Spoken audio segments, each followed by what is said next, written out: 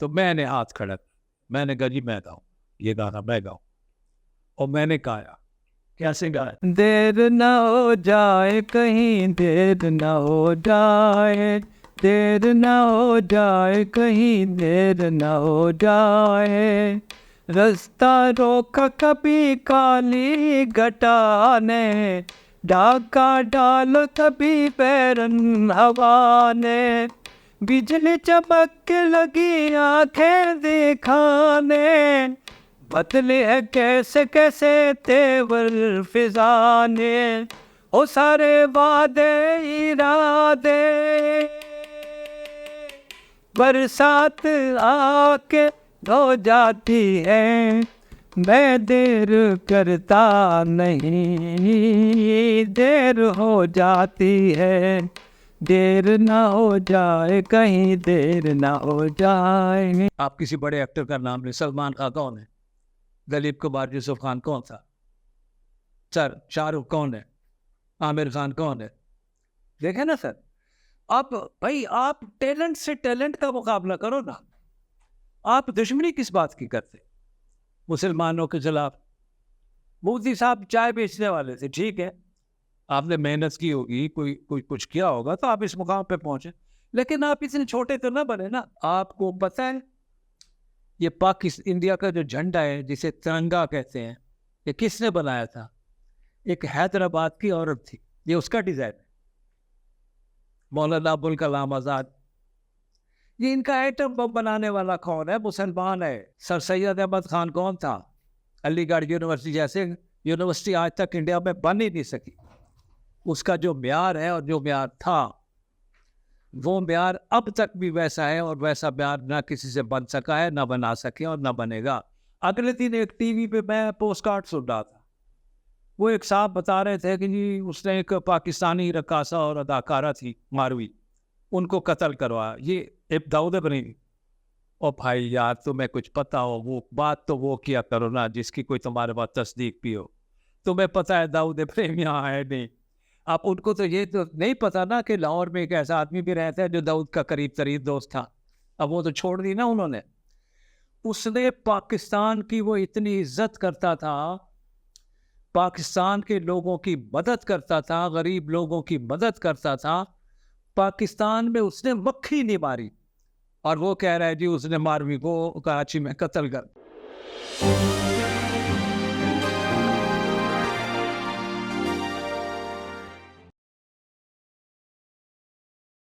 بسم اللہ الرحمن الرحیم. اقبال حسین لکھویرہ صاحب دبیات کے ماہر ہیں، ایک عرصہ دبئی میں رہے ہیں. پاکستان سے، انڈیا سے بڑی بڑی شخصیات، ان میں سیاسی، ان میں فلمی، باقی بھی ہر شعبہ زندگی سے تعلق رکھنے والے لوگ دبئی جاتے تھے. دبئی جانے کا بہت سے لوگوں کو شوق ہوتا ہے، بڑے لوگوں کو. تو لکھویرہ صاحب کے ساتھ، ان کی بہت سو کے ساتھ بڑی دعا سلام، بڑی دوستی ہوا کرتی تھی. ایک دو روز پہلے ایک ٹی وی پروگرام چل رہا تھا جس پر دو اینکر ایک دوسرے سے بڑھ چڑھ کر داؤد ابراہیم کی بات کر رہے تھے. ایک تو یہ بھی کہہ رہا تھا کہ ماروی رقاصہ ڈانسر اس کو داؤد ابراہیم کی طرف سے مروایا گیا ہے. تو لکھویرہ صاحب اس پر سر پیٹ کر رہ گئے کہ یہ اس کا کام یا اس کا مقام نہیں تھا. تو لکھویرہ صاحب کے ساتھ ان کے انتہائی زیادہ قریبی تعلقات رہے ہیں، بڑے دوست ہوا کرتے تھے. داؤد ابراہیم صاحب وہی جو انڈیا کے انڈر ورلڈ ڈان مانے جاتے ہیں. تو لکھویرہ صاحب سے پوچھتے ہیں کہ ان کو کیا صدمہ ہوا جب یہ کہا گیا کہ ماروی کو، رقاصہ کو، اداکارہ کو داؤد ابراہیم کی طرف سے مروایا گیا ہے. جناب اقبال حسین لکھویرہ صاحب. بہت شکریہ فضل حسین نوان صاحب، مہربانی آپ کی. آپ ہمیشہ نوازتے رہتے ہیں اور میں حاضری دیتا ہوں اور گفتگو ہوتی ہے. سر میں تھوڑی سی آپ کو داؤد ابراہیم کا مختصر سا بیک گراؤنڈ پس منظر بتا. داؤد ابراہیم ایک متوسط گھرانے سے تعلق ہے، ان کا مسلم گھرانے سے، انڈیا سے تعلق ہے. تو یہ آہستہ آہستہ ابھر رہے تھے. یعنی پہلے جو محلے میں شہرت ہوتی ہے کہ طاقتور ہے، جوان ہے، دلیر ہے، پھر ذرا بڑھ کے شہر تک پھر اس طرح ہو رہی تھی. تو پھر یہ انڈیا میں ان کی شہرت ہونے لگی. تو ایک اللہ انہیں غریق رحمت کرے، عبداللہ یعقوب بھٹی ہوتے تھے جو سونے کے دنیا میں سب سے بڑے سمگلر تھے اور کراچی کے۔ اچھا جی، تو ان کا زیادہ تر جو سونا ہے وہ سمگل ہوتا تھا بامبے میں، یعنی انڈیا میں۔ تو بعض دفعہ وہ جہاں سونا سمگل ہوتا تھا، یہ کاروباری لوگ ایسا کرتے نہیں ہیں، لیکن بعض اوقات ایسا ہو جاتا تھا کہ ان کو وہ پیسوں کی ادائیگی میں تاخیر ہو جاتی تھی، تو ان کو کسی ایک آدمی کی تلاش تھی جو ان کا نمائندہ بن کے اور جو طاقتور بھی ہو، اور وہ ان کے پیسے دلا۔ پیسے کوئی ایسے کوئی 10-12-20 لاکھ تو نہیں ہوتا تھا نا، کروڑوں اربوں روپے ہوتے تھے، ٹنوں منوں کے حساب سے سونا ہوتا تھا جو سمگل ہوتا تھا۔ تو میں ان تاجروں کا نام بھی نہیں لینا چاہتا، انڈیا کے ہیں، لیکن میں چاہتا نہیں کہ ان کا نام آئے۔ تو ان کے پاس کچھ پیسے رک گئے، یا ان کا کوئی مسئلہ ہو گیا ہوگا، پیسے نہیں ہو گئے، یا کوئی تھا مسئلہ۔ تو ان کو ایک آدمی کی تلاش تھی، تو وہ ڈھونڈتے ڈھانڈتے کسی نے مشورہ دیا کہ داؤد ابراہیم ایک اٹھتا ہوا بندہ ہے دلیر، اس کو آپ ہائر کر لو۔ تو کراچی کے عبداللہ یعقوب بھٹی نے داؤد ابراہیم کو دبئی بلایا، دبئی بلا کے تو اس کو کہا کہ آپ کو جو بھی ان کا لینا دینا طے ہوا ہوگا یہ کریں گے، تو آپ ہماری ادائیگی ارلی کرا دیا کریں تاکہ اگلی کھیپ جلدی پہنچائی جا سکے۔ تو یہ ان کے لیے کام کرتا تھا۔ ہاں، کس کے لیے؟ عبداللہ یعقوب بھٹی کے لیے۔ یہ بھٹ شاہ ایک جزیرہ ہے کراچی کے ساتھ، اچھا یہ جزیرہ ان کا ہے، اچھا عبداللہ یعقوب بھٹی کے لیے۔ اچھا، وہ والے بھٹی ہیں، ہمارے والے بھٹی نہیں ہے، وہ پنجابی بھٹی، نہ وہ بادشاہ اس کے بھٹ شاہ، ہاں بھٹ شاہ کا، اس وجہ سے بھٹی یا پٹی کرو۔ ہاں بھٹ شاہ جو جزیرہ ہے نا کراچی کا، جی، وہ نہیں۔ تو داؤد صاحب ان کے لیے کام کرتے تھے اور ان کی ادائیگی اب ہر وقت ہونے لگی، تو بڑے خوش ہو گئے۔ تو پھر ایستا ایستا ایستا ایستا ایستا انہوں نے، عبداللہ یعقوب بھٹی صاحب نے داؤد ابراہیم کو اپنے ساتھ انوالو کرنا شروع کر دیا تاکہ اس کا انٹرسٹ کریٹ ہو جائے۔ دیکھا تنخواہ بڑی کتنی، چلے 20,000 بڑھا دیں گے، 1 لاکھ بڑھا دیں گے یا 2 لاکھ، تو اس میں تو کافی پرافٹ ہو جائے گا نا۔ تو اس کو شامل کر لیا انہوں نے، اچھا جی، پارٹنر بنا۔ پارٹنر چھوٹی سے حصے کا، اچھا جی، یعنی ان کا 1 کلو ہے تو ان کا 2 تولے یا 3 تولے رکھ دیا اس بھٹی صاحب۔ بھٹی صاحب اپنے پیسوں سے، ان کے پیسوں سے نہیں، پروفٹ کمیشن جیسا۔ ہاں، تنخواہ کے علاوہ جو طے شدہ تھا وہ ان کو دے دیا۔ اب داؤد ابراہیم صاحب ایسا بڑھتے بڑھتے بڑھتے بڑھتے خود سمگلر ہوئے۔ اچھا جی، ٹھیک ہے سر، لیکن ان میں آپ ان کو میں نہیں کہنا چاہتا کہ یہ ہم میلے لوگ کہیں، یہ جو بھی یہ بزنس کرتے ہیں یہ بہترین لوگ، بڑے بااخلاق، بڑے ملنسار، خوف خدا والے۔ تو دیکھیں نا، سونا کوئی عام بندہ تو خریدتا نہیں ہے نا سر، تو وہ تو ان کو بیچتے تھے۔ اچھا، تو جب عبداللہ یعقوب بھٹی صاحب نے ان کو برابر میں شریک کر لیا تو ان کا جو شراکت کا جو حصہ تھا وہ ایسا ایسا ایسا ایسا ایسا بڑھتا گیا، اور پھر ایک دن ایسا آیا کہ داؤد ابراہیم صاحب خود بہت بڑے سمگلر بن گئے، ڈان تو اب بہت بڑے ڈان بھی بن گئے کیونکہ پیسہ بھی آ گیا تھا۔ تو ویسے جہاں تک داؤد ابراہیم صاحب کا تعلق ہے، میں آپ کو وہ باتیں بتاتا ہوں کیونکہ میں ان کے بہت قریب رہا دبئی میں، جتنا عرصہ بھی ان کے ساتھ میں رہا، میں نے جو دیکھا میں وہ بتا رہا ہوں آپ کو۔ ایک تو وہ بڑے خدا ترس آدمی تھے، غریب پرور، جو غریب لوگ ان کی نگاہ میں ہوتے تھے یا جو مستحق ہوتے تھے ان کی وہ مدد بھی کیا کرتے تھے، اور وہ پیروں فقیروں کو بڑا مانتے تھے۔ داؤد ابراہیم صاحب بہت مانتے تھے، اور پھر اس حوالے سے وہ ٹاپ کے قوال بلواتے تھے، انڈیا سے بھی، پاکستان سے بھی، اور دنیا کے دیگر ممالک سے بھی، اور پھر ان کی محافل رکھا کرتے تھے، قوالیوں کی محافل منعقد کرتے تھے، اور اس میں بڑا اہتمام کرتے تھے، ان کو خاطر خواہ رقوم بھی پیش کی جاتی تھی وغیرہ وغیرہ۔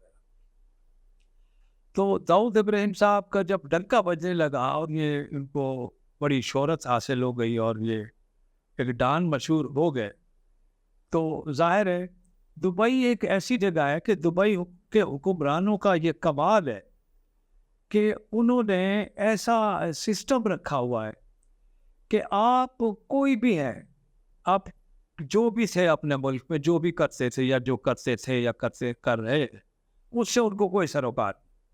جب آپ دبئی میں رہیں تو آپ کے پاس قانونی دستاویزات پوری ہوں، ویزا پورا ہو، اور آپ وہاں پہ کوئی جرم کرنے کا سوچیں بھی نہ، کرنا تو بڑی دور کی بات ہے، آپ سوچیں بھی نہ۔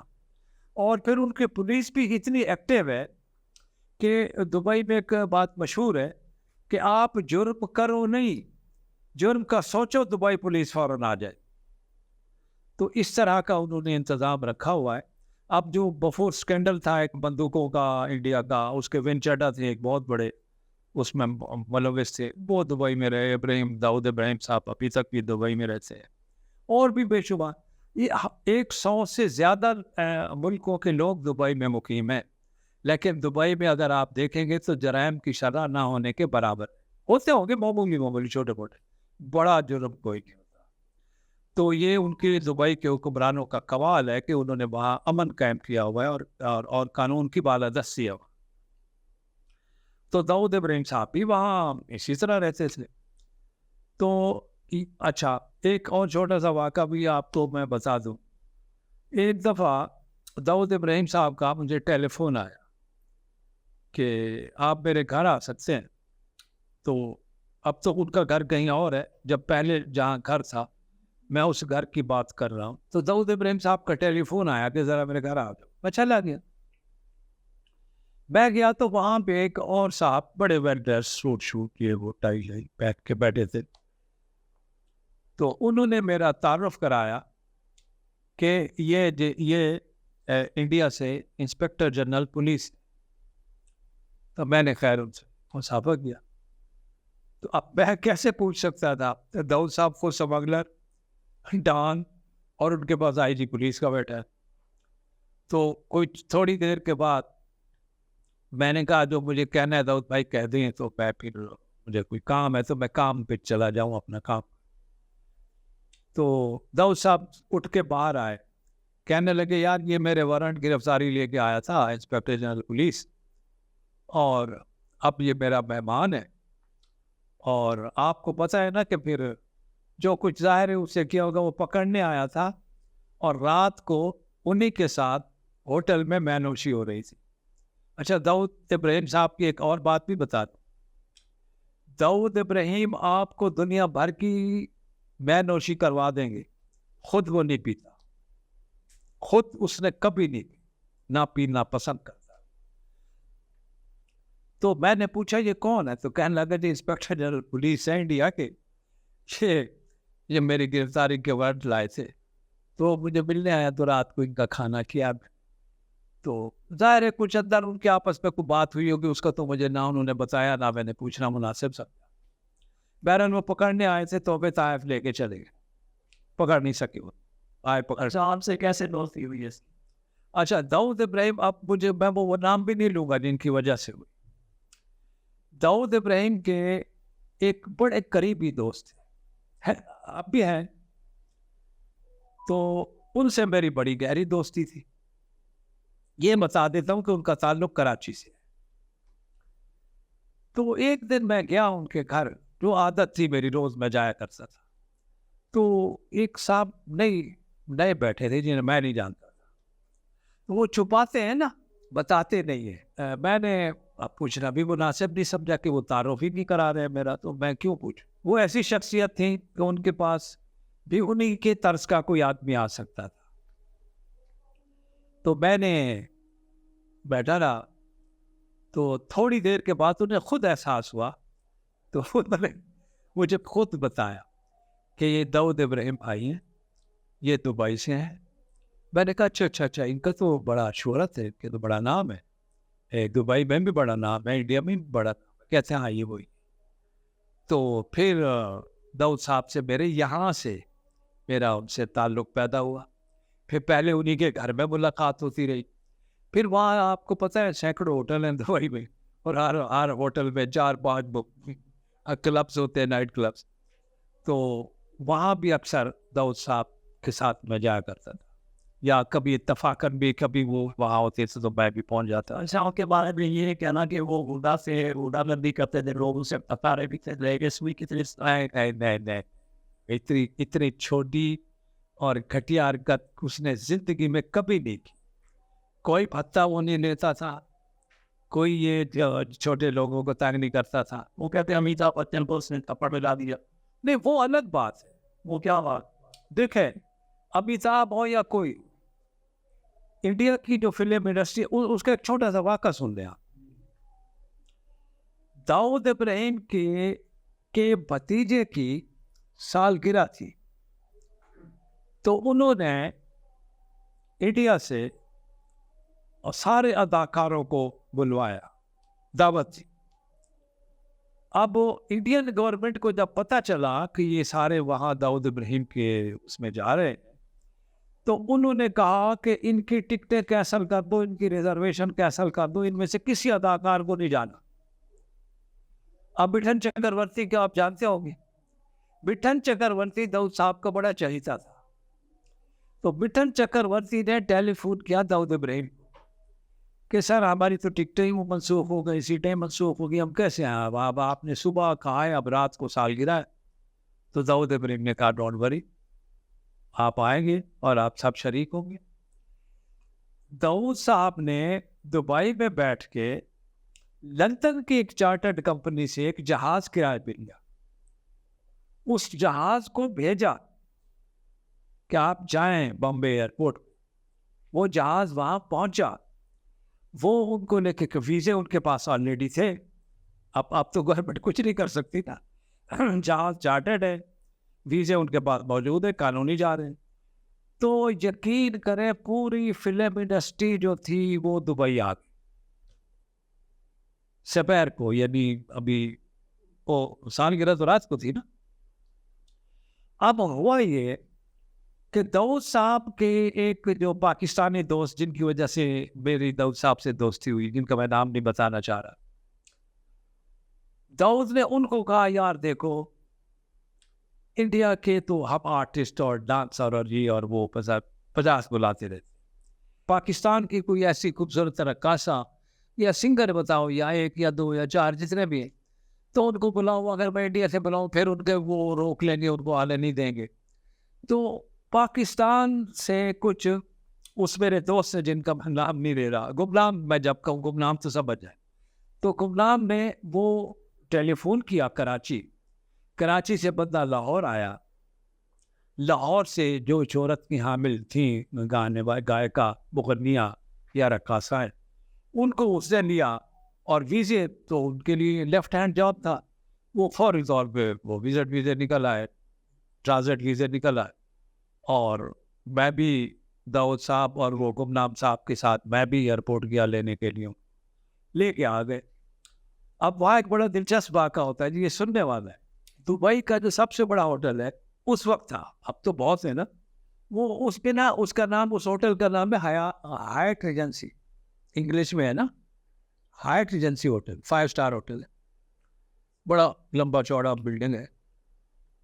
اس کے اوپر ایک ریوالونگ ریسٹورینٹ ہے جو یوں گھومتا رہتا ہے. آپ بیٹھے نا اس پہ, تو تھوڑی دیر میں آپ کے سامنے سمندر آ جائے گا, پھر وہ گھومے گا, تھوڑی دیر بعد آپ کے سامنے شہر آ جائے گا, تھوڑی دیر کے بعد آپ کے سامنے سڑکیں آ جائیں گی.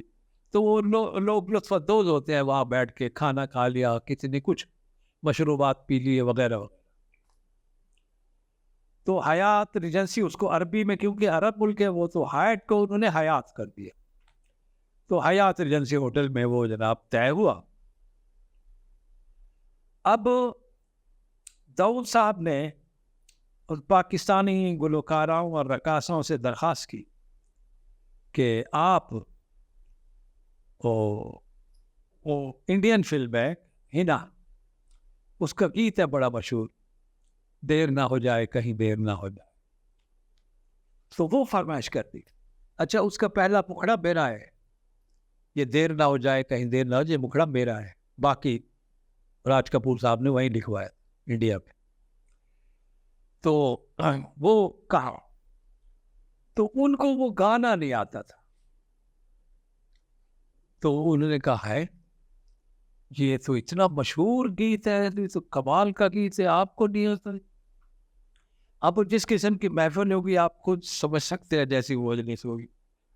اب مجھے بھی احساس ہوا کہ یار یہ تو پاکستان کی وہ ہو رہا ہے، سب کی ہو رہی ہے. تو میں نے ہاتھ کھڑا، میں نے کہا جی میں گاؤں یہ گانا، میں گاؤں. اور میں نے کہا کیسے گایا؟ دیر نہ ہو جائے کہیں، دیر نہ ہو جائے، دیر نہ ہو جائے کہیں، دیر نہ ہو جائے، رستہ روکا کبھی کالی گھٹا نے، ڈاکہ ڈالو کبھی بیرن ہوا نے، بجلی چمک کے لگی آنکھیں دکھانے، بدلے ہے کیسے کیسے تیور فضا نے، او سارے وعدے ارادے، برسات آ کے دھو جاتی ہے، میں دیر کرتا نہیں، دیر ہو جاتی ہے، دیر نہ ہو جائے کہیں، دیر نہ ہو جائے. تو یہ گانا تھا. اب تو خیر اس وقت میں ینگ بھی تھا، آواز بھی ٹھیک ٹھاک تھی اور ساز بھی تھے ساتھ. کہ آپ تو خیر ایسی گا دیا میں نے، اب رپٹی آپ نے کہا اور مجھے گانا پڑ گیا. تو آپ یقین کریں، اگر جو انہوں نے مجھ پہ نوٹ برسائے داؤد نے، ان کے بھائی نے، ان کے دوستوں نے، دولت تو بے تحاشا ہے نا ان کے پاس، اگر میں وہ پیسے مجھے مل جاتے نا تو میں ڈیفینس میں 6 گھر بنا سکتا تھا. اتنے پیسے ڈالے، کیونکہ میں نے داؤد صاحب کی عزت رکھی تھی نا، کہ ان کی خواہش تھی کہ یہ گانا سنایا جائے، تو وہ نہیں سنا سکیں. اچھا، میں جو اب اس حوالے سے ایک بات اور یاد آ گئی. اگلے دن ایک ٹی وی پہ میں پوسٹ کارڈ سن رہا تھا، وہ ایک صاحب بتا رہے تھے کہ جی اس نے ایک پاکستانی رقاصہ اور اداکارہ تھی ماروی، ان کو قتل کروایا. یہ ایک داؤد ابراہیمی. اور بھائی یار تمہیں کچھ پتا ہو، وہ بات تو وہ کیا کرو نا جس کی کوئی تمہارے پاس تصدیق بھی ہو. تمہیں پتا ہے داؤد ابراہیم یہاں ہے نہیں. اب ان کو تو یہ تو نہیں پتا نا کہ لاہور میں ایک ایسا آدمی بھی رہتا ہے جو داؤد کا قریب ترین دوست تھا. اب وہ تو چھوڑ دی نا انہوں نے. اس نے پاکستان کی وہ اتنی عزت کرتا تھا، پاکستان کے لوگوں کی مدد کرتا تھا، غریب لوگوں کی مدد کرتا تھا. پاکستان میں اس نے مکھی نہیں ماری، اور وہ کہہ رہا ہے جی اس نے ماروی کو کراچی میں قتل کر دیا. بے وقوف آدمی، تو سوچ کے بات کر، تو کس کے بارے میں بات کر رہا ہے؟ وہ سمگلر تھا، ڈان تھا، ڈان ہے. آپ اس کا اندازہ اس بات سے لگائیں کہ پاکستان کی محبت کا اندازہ لگائیں. پاکستان کے ایک شہر میں وہ آیا، وہ شہر کو اس نے دیکھا، اس نے کہا کہ یار میں یہاں کے لوگوں کی کچھ مدد کرنا چاہتا ہوں. میں شہر کا نام نہیں لے رہا ورنہ پھر بات آگے نکل جائے.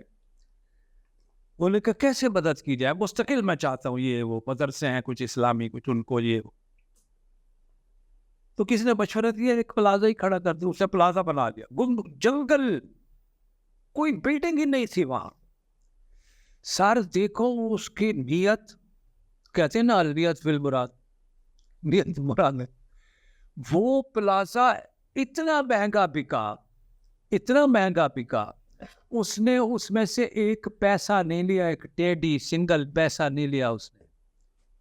وہ ان چیریٹیز میں جاتا ہے جو خیراتی ادارے نا، اسلامی ادارے ہیں یا کوئی یتیموں کے یا غریبوں کے، ادھر جاتے. اور وہ کہہ رہے ہیں اس نے وہ ماروی کو بربادی. اچھا انڈیا لوگ کیوں مطلوب ہے اتنا زیادہ؟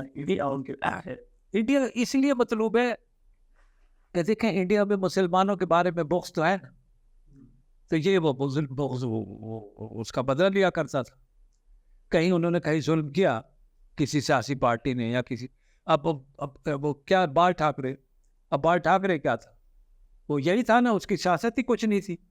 اس کی سیاست ہی مسلمانوں پہ ظلم و تشدد کر رہا تھا، مارنا تھا، اور کچھ کرتا ہی نہیں تھا. اور کیا سیاست تھی؟ جب وہ ختم ہوا اس کے بعد بتایا کچھ ہوا. تو یہ اس کا توڑ تھا، یہ انڈیا کا توڑ تھا، یہ ان ظالموں کا جو مسلمانوں پہ ظلم کرتے تھے. داؤد ابراہیم انڈیا میں ان کا توڑ تھا، اور اس سے ڈرتے تھے چھوٹا راجن، بڑا راجن، فلانا راجن. یہ سب ڈرتے تھے اس سے. اور اس نے کوئی نہیں مروایا 12ویں شروار کو نہ اس نے پاکستان میں کوئی مکھی ماری نہیں. پاکستان میں وہ پرامن آتا اور جاتا تھا. دبئی میں اس کا مستقل قیام, اور اس کے پاس جو نیشنلٹی ہے اس ملک کا نام بھی شاید کسی کو پتہ ہی نہ ہو. وہ جو اس کے پاس پاسپورٹ ہے وہ اس ملک کا ہے. آج نہیں بتائیں گے. نہیں, مجھے بھی نہیں پتا. وہ مشکل سا نام ہے, یقین کریں میں نے بڑی کوشش کی کہ وہ مجھے یاد ہو جائے, پر نہیں یاد ہو سکتا. وہ پڑھا ہی نہیں, کہیں دیکھا ہی نہیں, پتہ نہیں کہاں سے وہ مشہور لیتا ہے. اور اونلی فیملی. ہاں اچھا, آپ فیملی کا سنیں. وہ پولیس میں تھے, ان کے جو تھے بھائی یا باپ پولیس میں تھے, کانسٹیبل تھے, کوئی بڑے افسر نہیں تھے.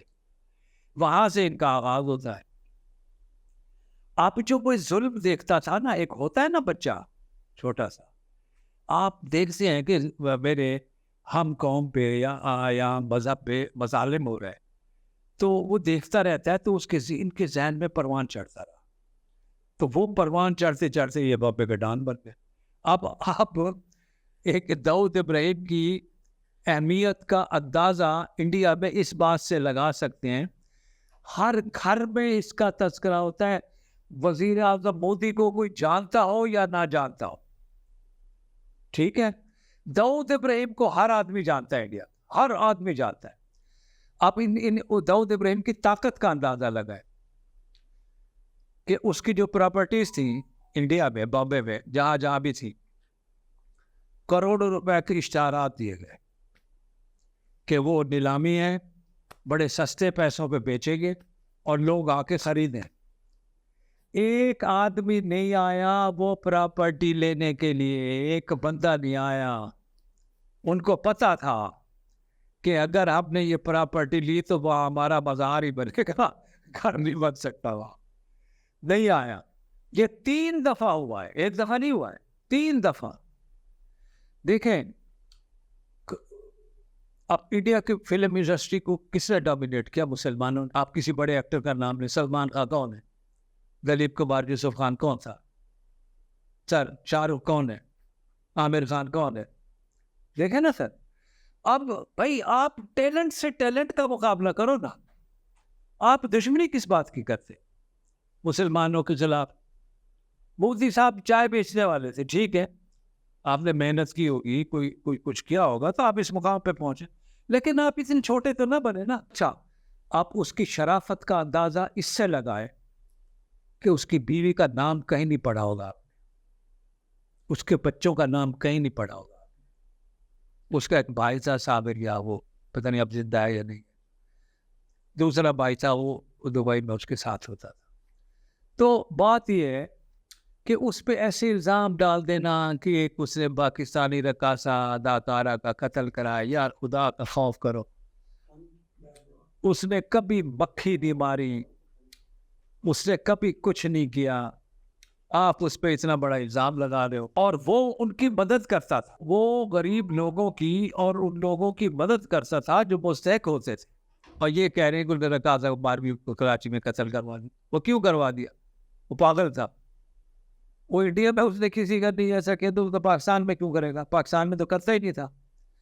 اب یہ کیا ہے؟ انٹیلیجنس ایجنسیاں انڈیا کی, اس کے ٹیلی ویژن چینل, اس کے اخبارات ہوں, اس کے لیڈر ہوں, مسلمانوں کے خلاف ایک بغض للہ وہ خواہ مخواہ. حالانکہ آپ کو پتہ ہے یہ انڈیا کا جو جھنڈا ہے جسے ترنگا کہتے ہیں, یہ کس نے بنایا تھا؟ ایک حیدرآباد کی عورت تھی, یہ اس کا ڈیزائن ہے, مولانا ابوالکلام آزاد. یہ ان کا ایٹم بم بنانے والا کون ہے؟ مسلمان ہے. سر سید احمد خان کون تھا؟ علی گڑھ یونیورسٹی جیسے یونیورسٹی آج تک انڈیا میں بن ہی نہیں سکی. اس کا جو معیار ہے اور جو معیار تھا وہ معیار اب تک بھی ویسا ہے, اور ویسا معیار نہ کسی سے بن سکا ہے, نہ بنا سکے اور نہ بنے گا. اس کے خاندان کا آپ باپ جانتے, باپ کا سنا ہے, اس کے بھائیوں کا سنا ہے. وہ دبئی میں جو ہوتا تھا اس کا نام میرے ذہن میں نہیں آ رہا تھا, میرا بڑا اچھا دوست بھی تھا وہ, اور ایک صابر تھے وہاں انڈیا میں. اس کے بیوی بچوں کا دیکھیں, کسی کو پتہ نہیں کہاں ہیں, کہاں رہتے ہیں. کیا کرتے ہیں, کیا نام تو دور کی بات ہے, علم ہی نہیں ہے کہ وہ کہاں رہتے ہیں. دیکھ لیں کہ یعنی اپنے گھر والوں کی عزت و احترام کو اس طرح کرتا تھا. تو یہ اس طرح کے الزامات یہ وہ انڈیا لگائے تو چلو سمجھ میں آتی ہے بات. اب لاہور میں بیٹھ کے آپ داؤد ابراہیم پہ الزامات لگا رہے ہیں کہ اس نے فلاں فلاں کو قتل کرایا. بالکل جھوٹ ہے.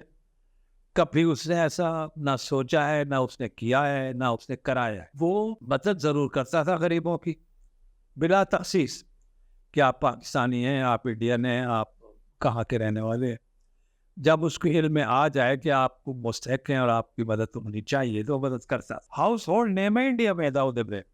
مودی ان کا وزیر اعظم شاید ہاؤس ہولڈ نیم نہ ہو, لیکن داؤد ابراہیم ہاؤس ہولڈ نیم ہے. ایک ایک بچہ جانتا ہے اس کو. لیکن اس نے کبھی کوئی گھٹیا پن کا مظاہرہ نہیں کیا, کوئی گھٹیا حرکت نہیں کی.